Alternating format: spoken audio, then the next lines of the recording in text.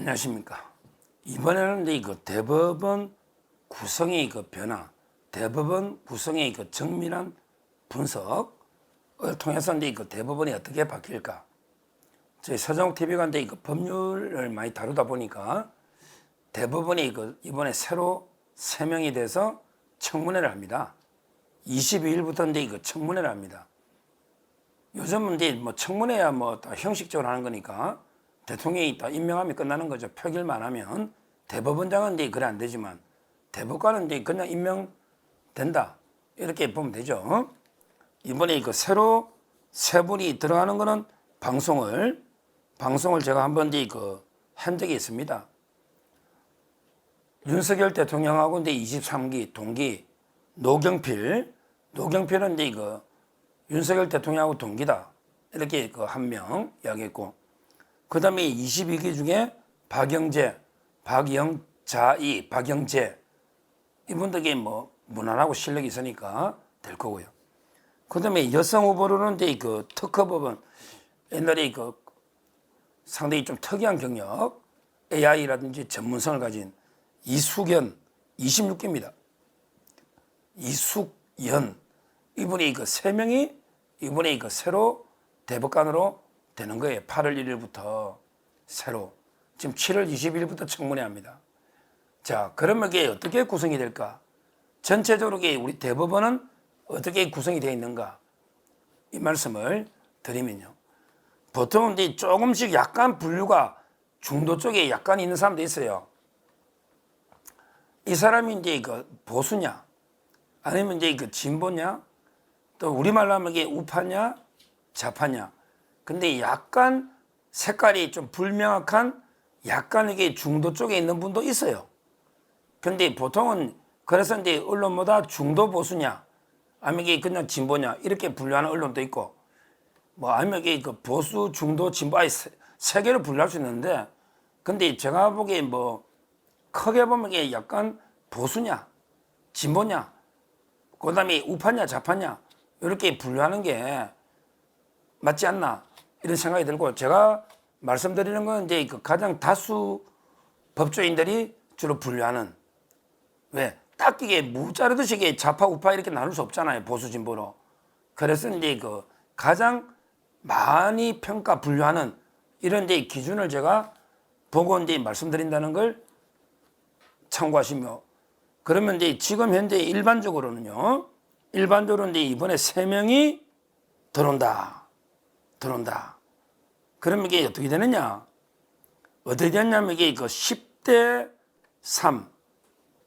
이제 10대 3 정도로 이제 보수가 위에 서는 게 아닌가. 이렇게 분류하는 게 일반적입니다. 원래 이제 10대 3 전화배치할 때, 실제 이제 대법관하고 대법원장 다 합치면 14명이잖아요. 14명. 근데 왜 13명이라느냐? 법원행정처장이 있잖아. 법원행정처장은 이제 대법관이 겸직하는데 워낙 중요하고 일이 많으니까 전화배치 재판에는 참여하지 않습니다. 지금은 이제 법원행정처장이 천대엽 대법관은 재판에는 이제 관여하지 않는다. 그래서 이제 전화배치는 13명으로 구성이 됩니다. 13명. 근데 일반적인 분류로는 지금 이제 13명 중에 아마 이제 8대5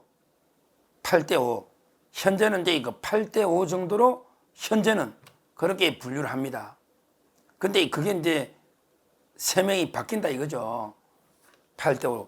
그럼 이게 8대5가 어떻게 지금 이게 보느냐. 참고로만 또 이게 대법관들을 못 자르듯이 딱 하니까 기자들이나 이게 법조계에 분류하는 참고만 하시면 되겠어요. 대충 이 법관이 좌파다 우파다 대충. 지금 현재는요, 주로 이제 보수 쪽에 분류되는 분이 이동원, 이번에 나가죠. 이동원. 이분은 이제 중도 보수로 분류돼요. 이동원, 이번 나갑니다. 그 다음에 오석준은 이제 윤 대통령 임명했죠. 오석준, 보수죠. 그 다음에 노태학, 성관이 노태학도 중도 보수로 노태학. 그 다음에 조국 사건 이번에 이재명이 병합해달라고, 이재명이가 서울로 보내달라고 하는 거 있잖아요. 병합 신청. 요걸 맡고 있는 서경환.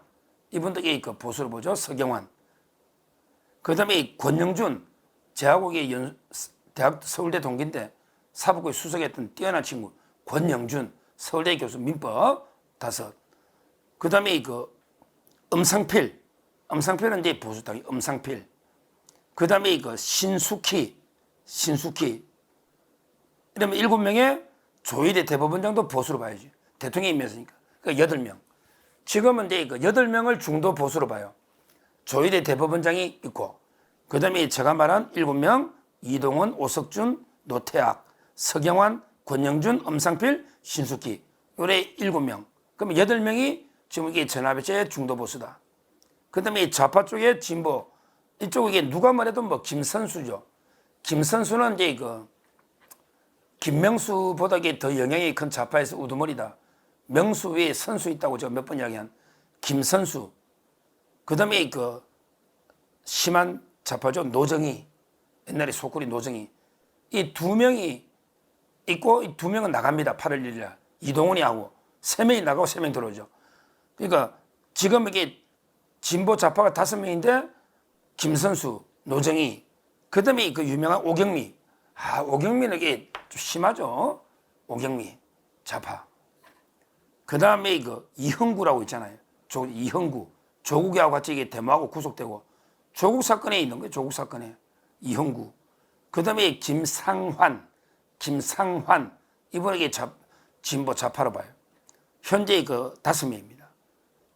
김선수, 노정희, 김상환, 이형구, 오경미. 5명이에요. 그러면 현재는 이게 8대 5다. 근데 곧 8월 1일부터 10대 3으로 이제 10대 3으로 바뀌죠. 왜냐하면 이게 3명이 다 보수예요. 이번에 들어가는 3명은 이게 다 조희대 대법원장이 추천해서 대통령이 임명하잖아요.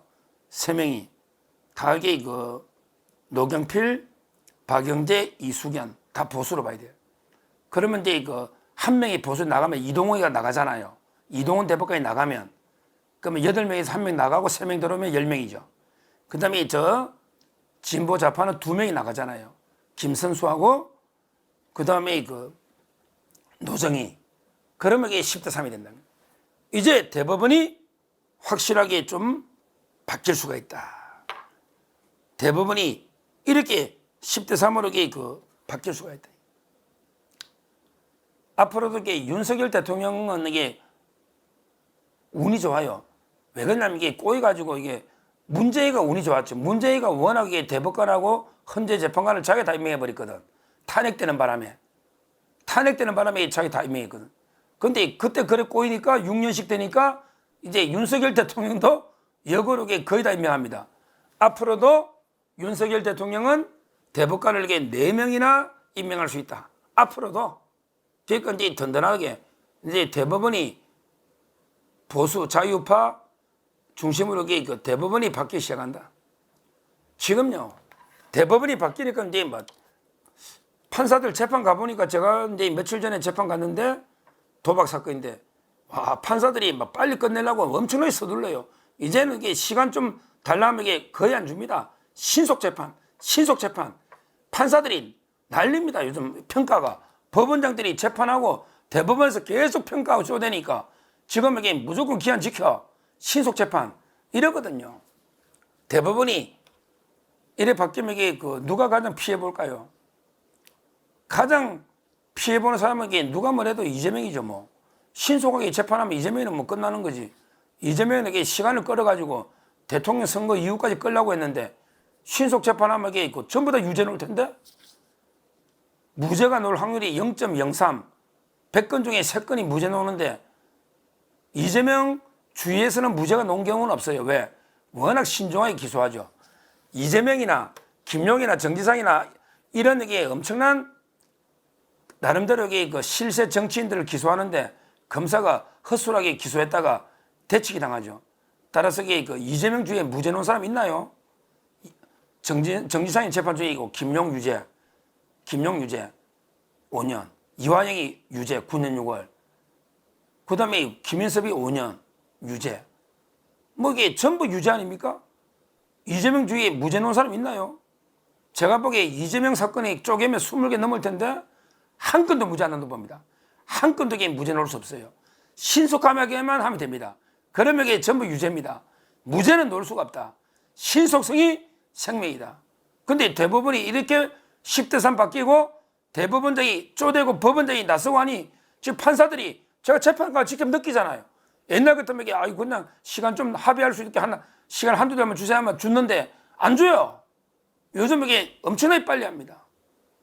이미 변화 물결이 법원이 바뀌고 있다는 거죠. 이렇게 바뀌면 가장 피해보는 게 이재명이죠. 그리고 이제 조국이는 뭐 직격탄으로 대법원에 직격탄으로 그 구속되는 거고요. 그 외에도 이제 뭐 앞으로 기소된 사건들도 있고 기소된 사건들이 많이 있습니다. 지금 재판하고 있는 뭐 송영길도 있고요. 지금 돈봉투부터 재판 중인 사람이 이제 이거 아직 한두 건이 아니에요. 아마 대법원까지 하면 이게 그 윤미향이나 지금 우리 울산 송철호 건도 좀 항소심이 있잖아요. 앞으로 이런 사람들이 가장 이제 뜨거운 맛을 볼 겁니다. 대법원이 바뀌면 이런 자들이 뜨거운 맛을 볼 거고요. 정말 이제까지 그 문재인 때 사법부가 김명수 체제에서 좌파가 8명, 9명 완전히 그 민변 우리법 연구회가 주도하던 이런 데 대법원에서 벌써 이제 8월 달부터는 10대 3으로 자유파가 앞서고 지금도 그 현재도 8대 5입니다. 8대 5. 따라서 이제 앞으로 법원은 상당히 우리가 좀 기대도 되겠다. 그래서 제가 그 대법원장이 하나 바뀌니까 바로 이게 대법원이 바뀌고 구성원들 추천하니까 대법원이 바뀌니까 각급의 법원장들이 바뀌잖아요. 법원장들이 재판하고 바뀌니까 판사들도 이게 바뀌지 않습니까?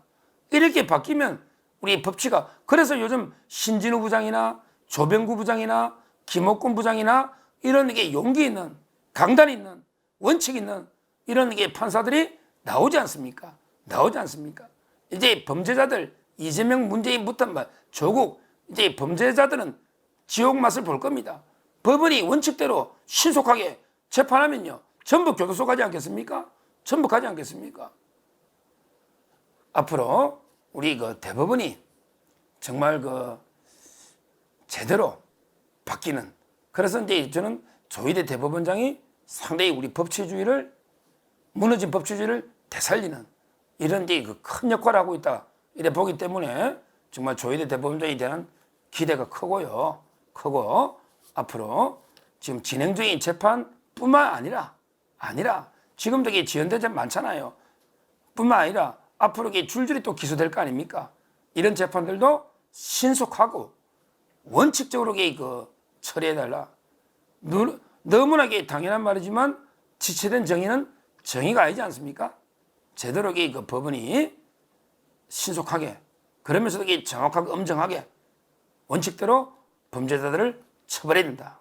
이 말씀을 드리면서 앞으로 사법부가 정말 이게 그 제대로 변화하고 있거나 이걸 요즘 저는 많이 느끼고 있는데 우리 국민들도 피부로 느낄 수 있도록 사법부가 제대로 그 변화해 주시기를 기대합니다. 감사합니다.